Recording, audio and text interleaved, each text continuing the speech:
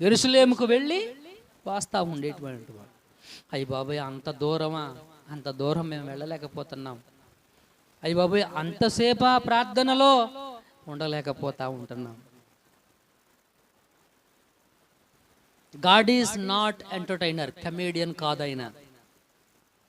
కాసేపు కామెడీ చేసి, కాసేపు ఎంటర్టైన్మెంట్ చేసి, ఎక్కువసేపు ఆయన మీ దగ్గర కూర్చోబెట్టుకోవడానికి. గాడ్ స్పీక్స్, ఆయన మాట్లాడతాడు. ఏం మాట్లాడతాడు? నీ గురించి మాట్లాడతాడు. నీ గురించి నీతో వాక్యం ద్వారా మాట్లాడుతాడు ఆయన. సౌండ్ బాక్సుల గురించి, చెట్ల గురించి, పుట్ల గురించి ఇవి మాట్లాడ్డా ఆయన. అందుకని చాలా మంది అంటూ ఉంటారు, నా గురించే చెప్పారు. అవును, నీ గురించే. ఎందుకంటే గాడ్ చెప్పమన్నాడు ఈ మాటలు. ఎవరి గురించి